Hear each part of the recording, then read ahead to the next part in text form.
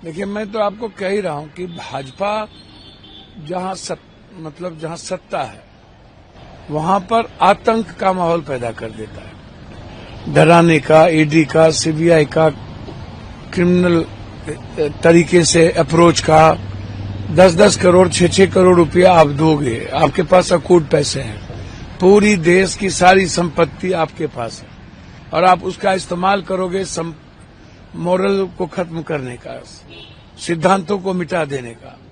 अब जब जनप्रतिनिधि गाय, घोड़ा, ककड़ी, सब्जी, जानवर की तरह बिकने लगेंगे तो आप कितनी पहरेदारी करोगे? पूरी की पूरी बीजेपी के पास अकूट पैसे हैं, ये कुछ भी करते हैं। ईडी सीबीआई इनके पास है।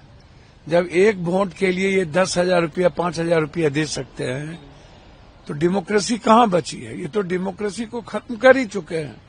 और दूसरी तरफ हम सही अप्रोच भी नहीं कर पाते। हमारा इंटरनल पार्टी में भी जो सीनियर और पार्टी के बीच जो रास्ते नहीं, मतलब एक कोऑर्डिनेशन नहीं है, ये भी बहुत बड़ा प्रॉब्लम है। गठबंधन के बीच कोऑर्डिनेशन नहीं है। बिहार में गठबंधन के लोगों ने रेस्पेक्ट देखा ही नहीं, सोचा ही नहीं। गठबंधन के लोगों को बात करनी चाहिए थी, क्यों नहीं बात किया भाई गठबंधन के लोगों ने? और शीर्षस्थ नेता से भी बातचीत नहीं किया। और हम लोग तो कहीं थे ही नहीं, हम लोग को तो पूछा ही नहीं जाता है किसी भी चीजों में।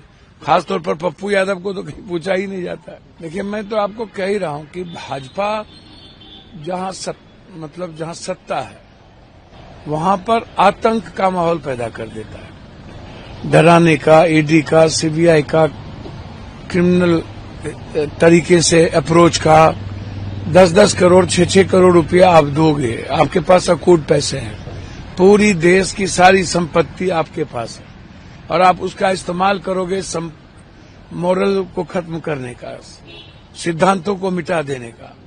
अब जब जनप्रतिनिधि गाय, घोड़ा, ककड़ी, सब्जी, जानवर की तरह बिकने लगेंगे तो आप कितनी पहरेदारी करोगे?